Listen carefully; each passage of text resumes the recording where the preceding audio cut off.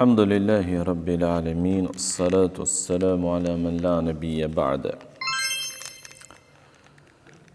Vazhdojmë të jemi me temën e fundit nga libri Fadlul Islam, vlera e Islamit, të dietarit të madh të fesë Muhammad ibn Abdul Wahhabit, Allah e mëshiroft. Dhe siç përmendëm në mësimin e kaluar, tema e fundit është at-tahdhiru min al-bid'a. Paralajmërimi nga rreziku i bidateve.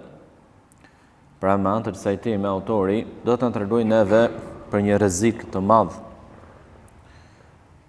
sidomos në kohën kur që jetojmë, në kohën aktuale, paralajmërimi, vigjilenca, kujdesi që do të jetë muslimani në rënien e bidate do të jetë një shkallë të lartë, sepse bidati është shumë i përhapur, ai ka njerëzit e tij të shumtë, ka financimet e tij të mëdha dhe rrugët për të hyrë bidati tek muslimanët jo vetëm se janë shtuar, por janë bërë edhe shumë të shpejta me anë të teknologjisë, platformave të ndryshme, rrjeteve sociale të ndryshme, siç përhapet e mira me anë të tyre, përhapet edhe e keqja. Prandaj në një situatë të tillë muslimani duhet i kushtojë rëndësi fesë së tij, duhet të rrisë xhelozin për fenë e tij, duhet të di se çfarë qëndrimi duhet të mbajë ndaj bidatit dhe bidatçinëve. Pra nuk mjafton vetëm qëndrimi ndaj bidatit, por edhe ndaj bidatçinëve. Edhe argumenti i radhës që sjell autori, Allahu mëshiroft, është një fjalë e bukur nga sahabi i nderuar Hudhaifa ibn al-Yaman radiallahu ta'ala anhu, i cili thot, çdo adhurim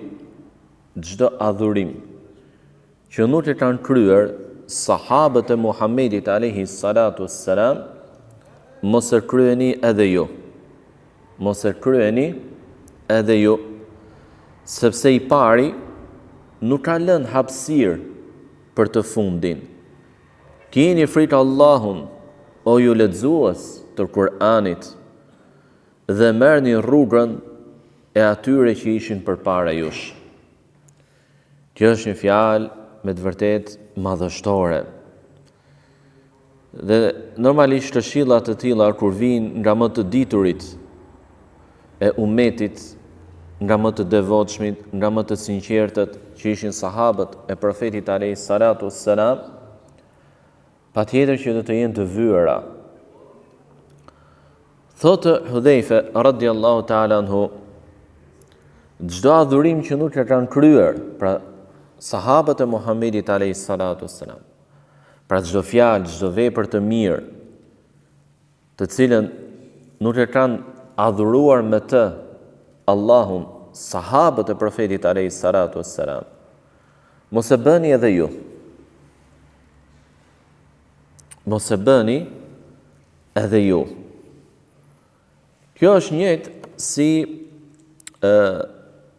pse mos e bëni edhe ju? Sepse nuk është prej fesë. Përderisa ata e kanë lënë, nuk është prej fesë. Dhe ata nuk e kanë lënë nga neglizhenca. Nuk e kanë lënë nga padituria. Nuk e kanë lënë nga dembelizmi, kurse ata ishin njerëzit më të zellshëm në adhurimin e Allahut, më të sinqertit, më të diturit, më të përkushtuarit në fe. Por Muhamedi alayhi salatu wasallam dhe sahabët e tij e lanë me urtësi. Prandaj nuk është fe. Nëse vjen dikush me një adhurim që nuk e ka ligjësuar as me fjalë, as me miratime, as me vepër, profeti alayhi salatu wasallam dhe as sahabët e tij, atëherë ne e dimë që ky adhurim nuk është prej fesë. Si thot profeti alayhi salatu wassalam në hadithin që përmendëm mësimin e kaluar, innahu man ya'ish minkum fasayara ikhtilafan kathira. Kush nga ju do të jetojë, do të shohë përçarje të mëdha. Përçarje në çuptim, përçarje për pasuri ndërmjet muslimanëve? Jo. Përçarje për shkaqe të rëndomta? Jo. Përçarje në fe. Përçarje në fe, dhe ky është bidati. Bidati është ai i cili sjell edhe përçarjen në fe. Dhe në këtë fjalë të tij Hudhaifa ibn al-Yaman radhiyallahu ta'ala anhu na tregon edhe rrugën. Na tregon edhe rrugën, thot i pari nuk ka lënë hapësirë për të fundin. Për të fundin. Pra, ata që ishin përpara jush, o ju njerëz, pra që janë sahabët e profetit alayhi salatu sallam, ju a kanë sqaruar juve fen, ju a kanë treguar juve çfarë është prej fesë dhe çfarë nuk është prej saj. Prandaj detyra juaj, cila është thjesht të pasoni. Si thot në një thënie të tij Ibn Mas'ud radhiyallahu ta'ala anhu, ittabi'u wa la tabtadi'u. Faqad kufitum. Pasoni dhe mos bëni risi në fe, sepse jeni mjaftuar. Pra ata që ishin përpara jush, mjaftuan me sakrificën e tyre, me diturinë e tyre, që t'ju përcjellin, t'ju shpjegojnë, t'ju tregojnë juve fen qartë. Prandaj detyrë për ju, brezat e mëvonshëm, është që të pasoni. Pra rruga është e shtruar. Nuk kërkohet nga ne të ndërtojmë një rrugë të re, apo të kërkojmë një rrugë të re, por nga ne kërkohet të ecim në rrugën që e shtruan të parët tanë, imami i tyre Muhamedi alayhi salatu wassalam. Dhe do të gjesh në kohën e sotme njerëz të shumt për shkak të përhapjes së madhe të bidateve, të cilët thonë unë i përkas tarikatit filan. Tarikat vjen nga fjala tariq, rrugë. Pra unë i përkas sa lloj rrugë. Tjetri thotë unë i përkas filan tarikati, siç ndodhen rëndomtë sufistët, që janë në një numër të madh llojesh dhe tarikatësh midis tyre, saqë është vështirë ti përkufizosh në numër. Kjo për faktin se sa herë që një sheh në shehlerët e tyre mbledh disa nxënës dhe u mëson tarikatin e tij, ata nxënës më pas shndrohen apo prodhojnë tarikate të reja. Pra kemi një pjellori të tarikateve që një zot e di se ku mbarojnë. Por unë i përkas tarikatit filan, unë tarikatit filan, etj. Po cila është rruga apo tarikati Muhamedit alayhi salatu wassalam? Këtë duhet të di muslimani. Cila është kjo? Thot Hudhaifa ibn al-Yaman, çdo adhurim që nuk e kanë adhuruar Allahun me të sahabët e Muhamedit alayhi salatu wassalam, mos e bëni edhe ju. Sepse i fundit, i pari, nuk ka lënë hapësirë për të fundit. Pra nuk ka hapësirë për ne që të vim tani të sjellim diçka të re në fe, sepse është e nevojshme. Siç dalin disa me teori, duke thënë, feja ka nevojë për një riinterpretim. Pa ka nevojë Kurani që të interpretohet ndryshe. Ka nevojë Suneti që të interpretohet ndryshe. Dhe cila është e keqja e kësaj gjëje? E keqja është kësaj gjëje se kjo do të thotë dhe ata kërkojnë me të gjë që ta shkëputim interpretimin e fesë nga ajo që ka bërë Muhamedi alayhi salatu wasallam dhe sahabët e tij dhe dietarët nga selefët. Por të japim një interpretim siç duan ata që vinë me teori të tilla të rrezikshme. Dhe thotë, prandaj dietarët, është sa e bukur është fjala e Hudhaifës radhiyallahu ta'ala anhu. Dietarët kur ndërvijnë bidatçiut për bidatin e tij, për shembull për Mevludin, i parashtrojnë atij disa pyetje. Që ai të reflektojë dhe të kuptojë se bidati dhe tarikati i tij është i gabuar. I thonë, pra ju që veproni Mevludin, me që është një bidati i përhapur edhe në vendin tonë, a jeni ju më të përkushtuar në fe se Muhamedi alayhi salatu wassalam dhe sahabët e tij? Padyshim që përgjigja është jo. a jeni ju apo a e doni ju më shumë Muhammedin alayhi salatu sallam se sa Ebu Bekri, se sa Umeri, se sa Uthmani, se sa Aliu radiallahu ta'ala anhum? Pa dyshim që përgjigja është ja. Përgjigja e vërtetë, saktë. A jeni ju më të mirë në grad për dashurinë e profetit alayhi salatu sallam se sa sahabët e tij? Pa dyshim që përgjigja është ja. Atëherë nuk i ndjelet gjë tjetër vetë se ata ta braktisin bidatin e tyre. Sepse përderisa njerëzit më të ditur që e donin më shumë Muhammedin alayhi salatu wasallam nuk e vepruan me vludin, atëherë cilët jemi ne? Që duhet ta veprojmë apo duhet ta t'ia sillim diçka të tillë në fe? Ata prapë mund të kërkojnë shtigje për dal nga kjo përballje dhe nga ky argumentim që i mbështet me shpatulla pas murit, dhe thonë, ne e shohim në aspektin e kësaj, apo asaj, apo nuk themi që kjo gjë është adhurim, pra shprehjen e dashurisë, kjo është gënjeshtër nga ana e tyre, se si mund të mos jetë shprehja e dashurisë për profetin alayhi salatu wasallam adhurim? Si mund të mos jetë? Ndërkohë që është detyrë ta duam profetin alayhi salatu wasallam, dhe nuk është i plot imani nëse nuk e duam profetin alayhi salatu wasallam më shumë se çdo kusht tjetër nga njerëzit. Thonë që e konsiderojmë si diçka të mirë, si diçka të bukur për të afruar njerëzit, për t'i bërë bashkë, për t'i rikujtuar atyre Muhammedin alayhi salatu wasallam e tjerë. Çfarë tha Ibn Umeri radiallahu ta'ala anhum në një fjalë që e morëm në mësimin e kaluar, tha: çdo bidat është humbje edhe nëse njerëzit e quajnë të mirë. Çdo bidat është humbje edhe nëse njerëzit e quajnë të mirë. Dhe thotë të parët nuk kanë lënë hapësirë për të fundit. Pra vëllezër, çështja jonë është e lehtë, është e qartë, cila është thjesht paso hec në atë rrugë që ta shtruan të tjerët. Hec në atë rrugë që ta shtruan të tjerët. Pra përmbajur Kur'anit dhe Sunetit, ky është kuptimi. Përmbajur Kur'anit dhe Sunetit. Dhe çdo kush i cili nuk i përmbahet Kur'anit dhe Sunetit, do të sjell bidate.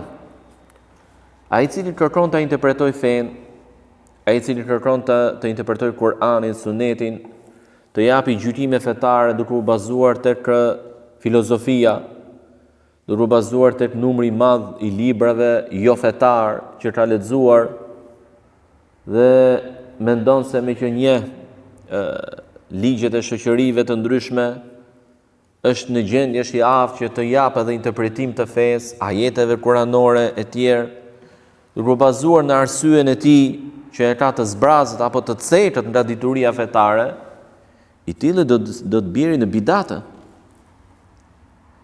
I tili do të bjeri në bidate. Dhe thot në fund, keni frikë Allahun, o ju lexues të Kur'anit, o ju lexues të Kur'anit. Kuptimi me lexues të Kur'anit këtu janë dietarët, sepse në kohën e selefëve, lexues apo hafiz i Kur'anit nuk quhej ai që thjesht ka memorizuar Kur'anin, apo ai që e lexon rregullisht në mënyrë të vazhdueshme Kur'anin. Jo. Por ai i cili ka memorizuar Kur'anin dhe i di kuptimet e Kur'anit. Prandaj do t'i gjejmë sahabët radiallahu ta'ala anhum që rinin me vitat e tëra për mësimin e një sureje të vetme. Jo se e neglizhonin, kurse si, jo se ishin të paaftë të mësonin përmendesh, kurse si, por mësonin disa ajete përmendesh, mësonin dhe kuptimin e tyre. Mësonin disa ajete të tjera, mësonin dhe kuptimin e tyre. Derisa përfundonin surën, pastaj fillonin me surën vijuese. Pra qëllimi i tyre që mësonin Kur'anin përmendesh ishte përfitimi i kuptimeve, marrja e diturisë, njohja e qëllimeve të Allahut me anë të këtyre mesazheve kuranore. Sot do të gjesh njerëz që mësojnë Kur'anin përmendesh për 6 muaj, për 1 vit, për 2 vjet. dhe mund ta lexoj dhe bukur Kur'anin dhe mund të jetë i njohur në botë si lexuesi i madh i Kur'anit.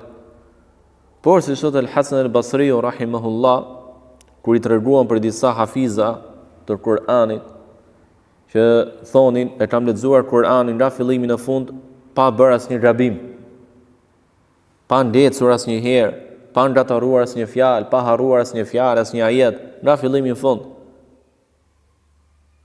Tha njerëz të tillë nuk e kanë vlerësuar Kur'anin. Sepse Kur'ani nuk shihet në moralin e tyre, nuk shihet në aparencën e tyre, nuk reflekton.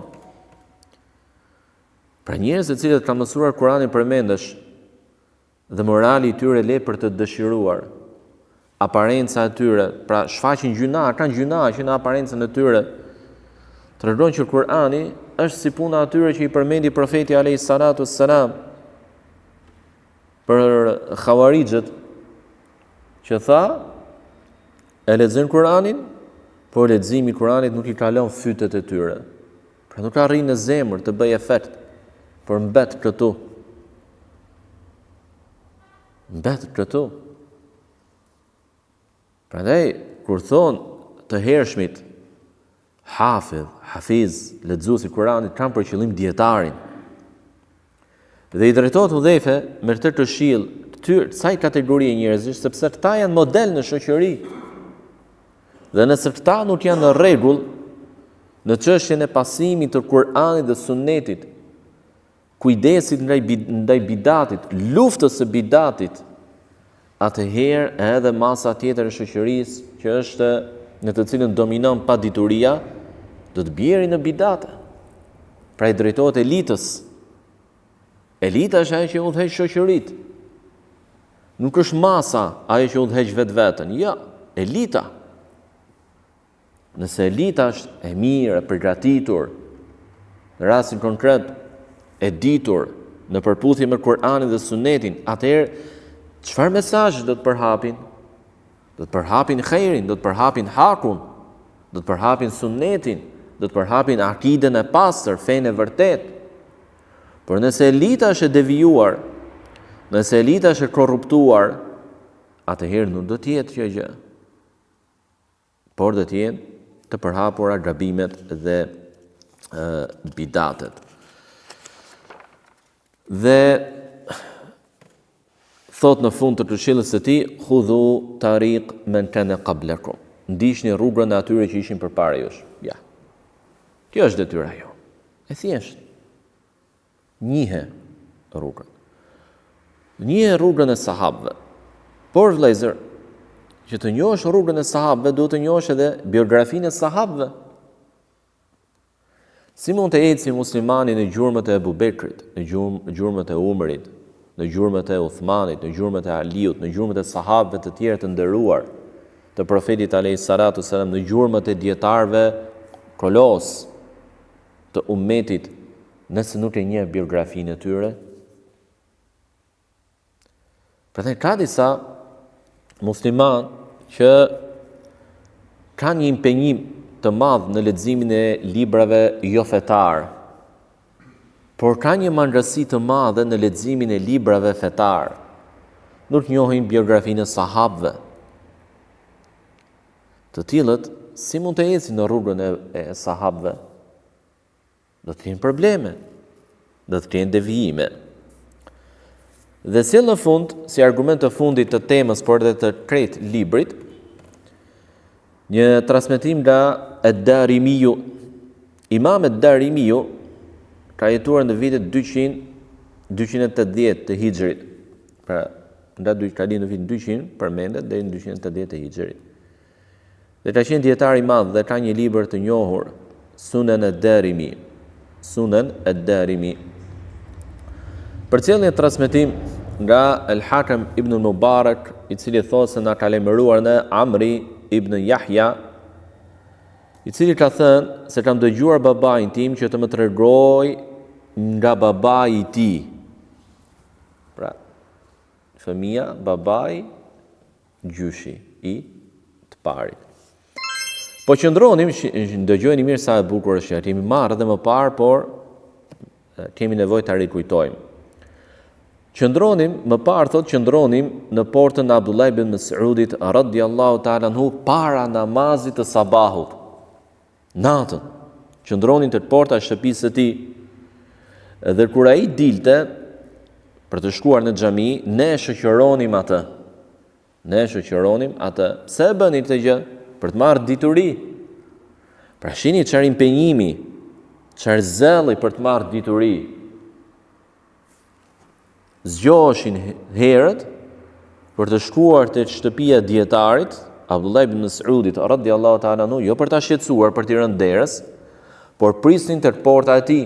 Mund të ishte ftohtë, mund të ishte nxehtë, prisnin në këtë orë kur trupi kërkon gjumë, ata kërkonin dituri. Dhe nuk është se e bënin ndonjëherë, jo, mënyra se si e thotë tregon që ishte diçka e vazhdueshme e tyre, e shpeshtë. Sot jepet dituri sri njëri në xhami. Përveç një pakice, ikin. As vetë lexojnë. Dhe as kur u jepet dituria në një mënyrë të thjeshtë, në pëllëm dorës, as atë s'kan impenjim ta dëgjojnë. Ky nuk është seriozitet me fen. Vëllezër, muslimani kur hyn në fe, e zgjeron bagazhin e tij, nuk rri si që ishte para islamit edhe në islam. Jo, muslimani kur hyn në fe, evolon, ecën, zhvillohet, që të jetë lider në familjen e tij, lider në fisin e tij, lider në shoqërinë e tij, sepse Allahu e bëri të tillë lider. Kuntum khayra ummatin ukhrijat lin-nas. Jeni bashkësia, ummeti më i mirë që ka ardhur për njerëzimin. Por nëse ne nuk kemi vlera, nuk kemi dituri, për çfarë jemi më të mirë se tjerët? Padyshim jemi me tauhidin e Allahut, por nuk mjafton për ta udhëhequr shoqërinë. Duhet zhvillim, duhet evolim.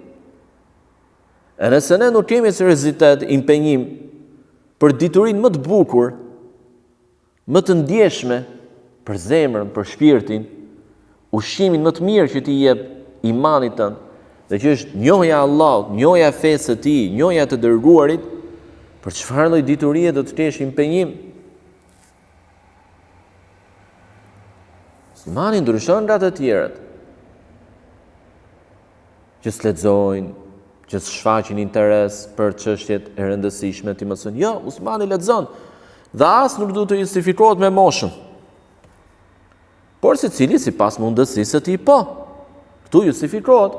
Nuk mund të mësoj një i moshuar, një siç mëson një i ri, dihet. Ama që mund të mësojnë të gjithë, po, mund të mësojnë. Ama që mund të jenë të gjithë në rrugën e diturisë, po, mund të jenë që të gjithë. Dikush më shpejt, dikush më ngadalë, dikush më shumë, dikush më pak. Ka justifikim dhe jam i madh në moshën edhe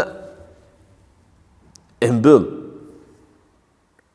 librin e diturisë. E mbyll bravën që portën e diturisë të truri, edhe ja. Dhe thot para namazit sabah, dhe kur ai dilte, ne shoqëronin, pra i bënin pyetje, mësonin fen prej tij, pra shi si e shfrytëzonin deri në këtë distancë nga shtëpia në xhami, që ndoshta nuk ishte e largët. Dhe kjo lloj tradite vëllezër, edhe pse e pakët, vazhdon në disa vende islame, aty ku ka dietar, aty ku ka nxënës që janë me të vërtetë kërkues të dijes. Dhe unë kam qenë dëshmitar që i kam parë vetë raste të tilla, dhe elhamdulillah, khajri është akoma të ky ummet. Dhe një herë thot, duke pritur Ibn Mas'udin, vjen Ebu Musa al-Ash'ari. Ebu Musa al-Ash'ari radhiyallahu ta'ala anhu vjen te shtëpia e Ibn Mas'udit në këtë orar, para sabahut, natën. Edhe i pyet dhe i thot, a doli Ebu Abdurrahmani, pra që ishte kunja e Ibn Mas'udit, i than jo, atëherë ul dhe ai dhe filloi të priste. Shihni tash, dhe Ebu Musa në atë kohë ishte i pari i Kufës. Si me qenë kryetari i bashkisë. Pra jo të shkoj të bi derës, jam kryetari unë, jam kryetari i qytetit, s'mund të rrit presto, i bi derës në çdo orar të natës, në çdo orë të natës dhe çdo kush duhet ta hap. Jo. Pra shini thjeshtësinë që vetë ishte sahab i ditur dhe ishte udhëheqës. Por tek porta e dietarit kërkohet edukat, për ulje dhe thjeshtësi. Vlera, vëllezër. Vlera. Filloi të priste. Edhe kur ai doli, Ibn Mesudi pra, ne thot për cilësi do dhis, u ngritëm të gjithë drejt tij, pra për t'ju afruar dhe për ta pyetur. Dhe Ebu Musa i tha: "O Ebu Abdurrahman", pra Ibn Mesudit, kam parë në xhami diçka që e kundërshtoj. Edhe pse në pamje të parë, elhamdulillah, ajo duket hajër, duket e mirë, e bukur. I tha Ibn Mesudi: "Çfarë pe?" Ai thot: "Nëse jeton, do ta shohësh dhe ti." Pra, nëse shohësh dhe ti. Por, pash në xhami disa njerëz që qëndronin të tubuar në formë rrethore. Pra për shembull 10 vet rreth tu, 10 vet rreth këtu, 10 vet rreth këtu. Dhe secili rreth, pra ky tubim njerëzish, kishte në secilin prej tyre ishte një person, që u thoshte atyre: "Bëni tekbir", pra thonit 100 herë Allahu Akbar. Dhe ata e thonin. Dhe për çdo që e thonin kishin një guralec në dorë që numëronin me të. Thoni 100 herë la ilaha illallah, dhe ata e thonin në tjetër mënyrë. Thoni 100 herë subhanallah, dhe ata e thonin në tjetër mënyrë. Dhe bënin këtë gjë duke pritur namazin e radhës. Pra shihni, në xhami prisin njëri namaz nga tjetri në këtë lloj forme, me këtë lloj dhikri, në këtë lloj forme. Dhe i tha Ibn Mesudi Ebu Musës: "Çfarë u theti atyre kur i pe që po vepronin kështu?" Ai tha: "Nuk u thash gjë derisa të marr mendimin tënd." Pra shihni. Pra muslimani vëllezër nuk duhet nxitohet. Përderisa ka njerëz më kompetent se ai, më të aftë, më të ditur për ta zgjidhur një situatë që ndoshta ai mund ta ketë pa qartë vetë bën apo s'bën, të mos nxitohet, por të marrë mendimin e njerëzve të ditur. Dhe një nga gabimet që ndodh te disa njerëz që nuk kanë njohuri fetare, por mund të jenë të ditur në fusha të ndryshme, shkenca të ndryshme, është se mendojnë se aftësia që kanë në shkenca të ndryshme, shoqërore e tjerë, i jep atyre aftësinë edhe për të interpretuar fen. Dhe si rrethoj çfarë bëjnë shkëputën nga dietarët. Nuk e marrin diturinë nga dietarët. Apo siç është e njohur fjala apo pretendimi që dietarët nuk e njohin realitetin, apo nuk e njohin realitetin në Shqipëri, sepse ata jetojnë në vend tjetër, prandaj do i japin vetë gjykimet fetare. Kjo është fjalë sa e gabuar, aq edhe e rrezikshme. Pse? Pse është e gabuar? Nuk është e vërtetë që dietarët se njohin realitetin, sepse nuk është kusht që një person të jetojë në një vend për ta njohur realitetin e atij vendi. Dhe çdo kush që jeton jashtë i vendit nuk e njeh se çfarë bëhet, nuk e njeh realitetin e atij vendi. Jo. Nuk është kusht kjo gjë. Ne vetë jemi koshient që i njohim realitetin në disa vende që janë për qartë nesh, apo diku tjetër, për shkak të lajmeve, përcjelljeve, situatave që na janë treguar e tjerë. Dhe nëse dietarët nuk e njohin realitetin e vendit tuaj dhe e njihni ju, lind pyetja: po gjykimi fetar dini ta jepni ju? Prandaj është e rrezikshme. Sepse qëllimi atyre që vinë me fjalë të tilla është që t'i shkëpusin muslimanët nga dietarët dhe t'i tërheqin drejt vetes, për t'i futur në rrugica qorre dhe për t'i shmangur nga menhexhi i profetit alayhi salatu wassalam. I tha: nuk veprova derisa të marr mendimin tënd. I tha: përse nuk u the atyre që më mirë të numërojnë gjunahet e tyre sepse me të gjë do t'i ruajnë të mirat e tyre. Pra nuk do të bien në të lloj gabimi. Pra nëse do të reflektoni për gabimet që kanë bërë, do t'i kujtonin dhe kjo do t'i shtynte në pendim, në istighfar, në vepra tjera të mira, atëherë nuk do t'ja lejoni vetes të binin, të vinin me veprime të tilla të reja, që si kanë bërë sahabët e profetit alayhis salatu wassalam. Dhe më pas Ibn Mas'udi me njerëzit që shoqëronin dhe Abu Musën shkroi në xhami të këto grumbuj njerëzish që ishin në formë rrethore dhe u tha atyre, çfarë është kjo gjë që ju po veproni? Pra pyetje në formë kritike. Dhe jo se ai nuk e dinte se çfarë po bënin ata, sepse u njoftua.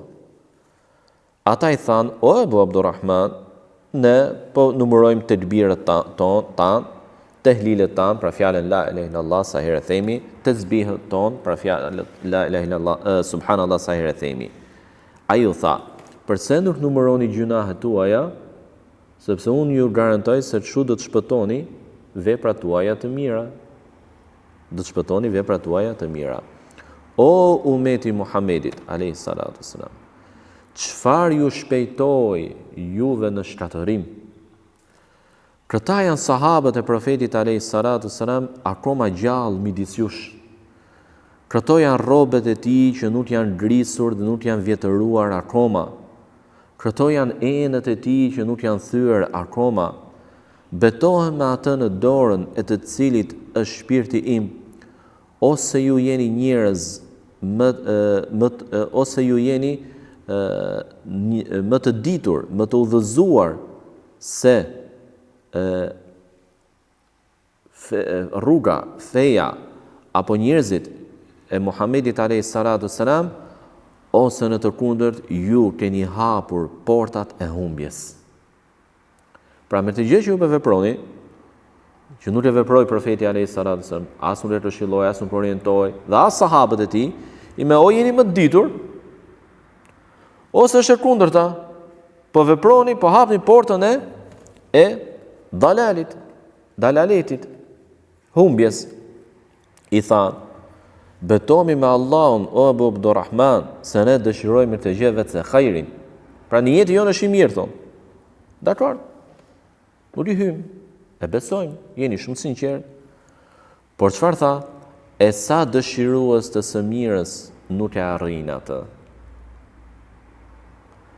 Pra, askush nuk mund të justifikohet në bidatin tij, thotë unë kam niyetin e mirë. Jo.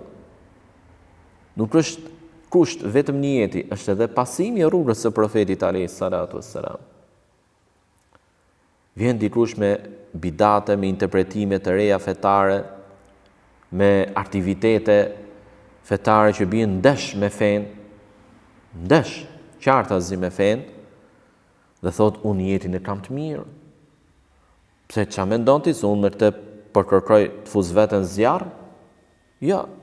I themi atij që në këtë çështje nuk është kriter niyeti.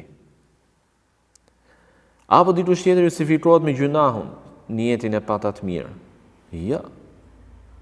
Ndaj bidatit dhe gjunahut, qëndrimi është refuzues, distancim total.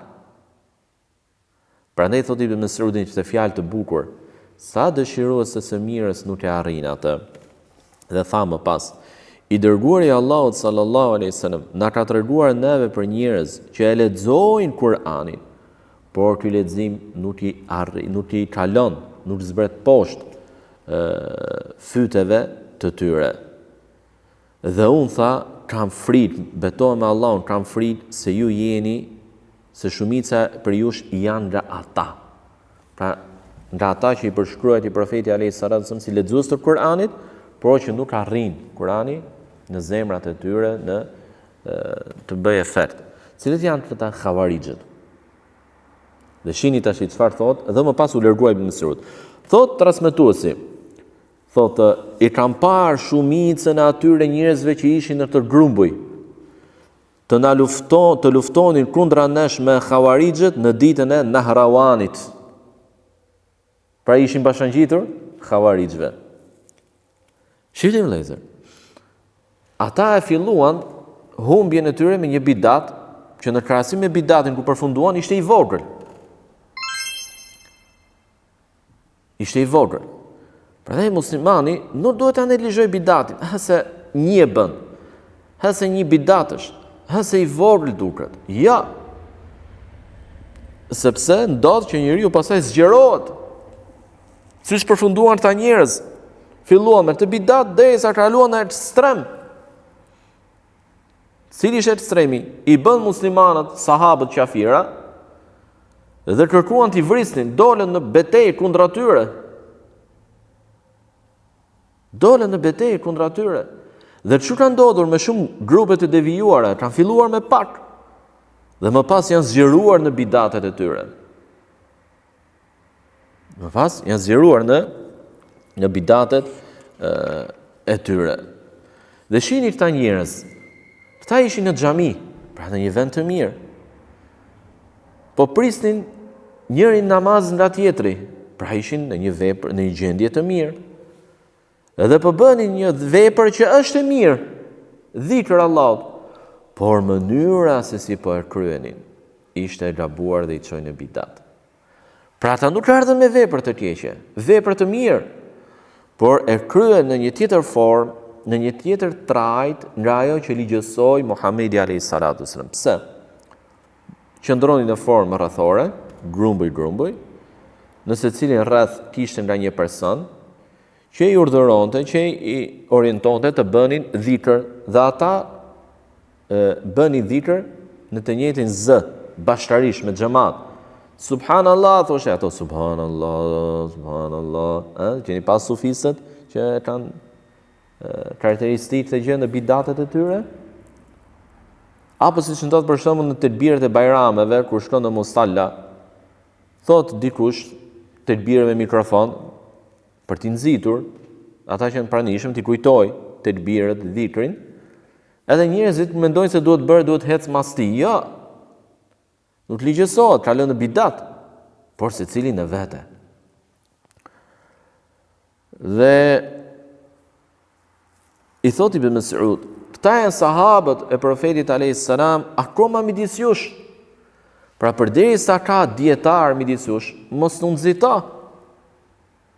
të ndërmarrësh një veprim brenda kuadrit fetar që të çon në bidat. Por pyet.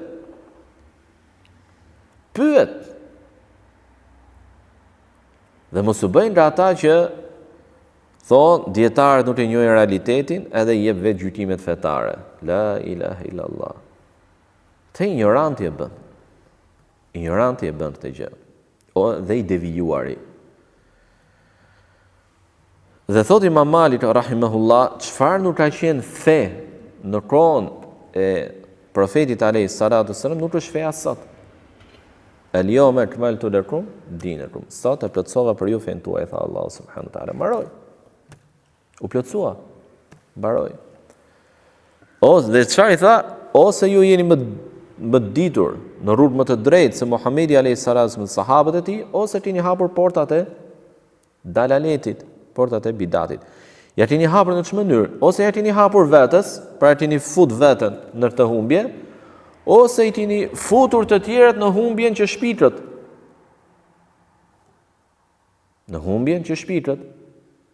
Dhe sot shoqëria, ummeti islam vuan nga përhapja e madhe e bidateve, ku një pjesë e shoqërive islame, vendeve të ndryshme, janë të zhytur në bidate, nga më të rëndit.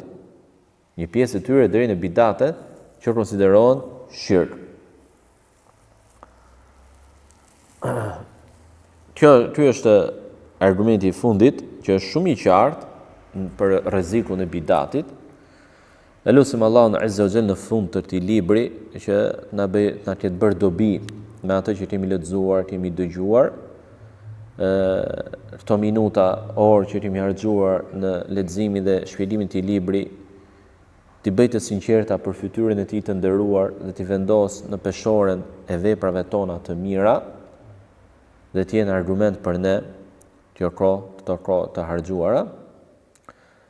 Lutim Allahun Azza wa Jall që për gabimet që mund të kemi pasur gjatë mësimit të këtij libri na e fal, dhe të na tregojë të vërtetën, dhe ta shpërblej autorin e këtij libri me shpërblime të mira, i cili me anë të kësaj vepre edhe pse veti vdekur u bë shkak që ne të përfitojmë edhe të qëndrojmë duke përkujtuar, duke mësuar fenë e Allahut të lartësuar. Wa subhanaka Allahumma bihamdik, ashhadu an la ilaha illa anta astaghfiruka wa atubu ilaik.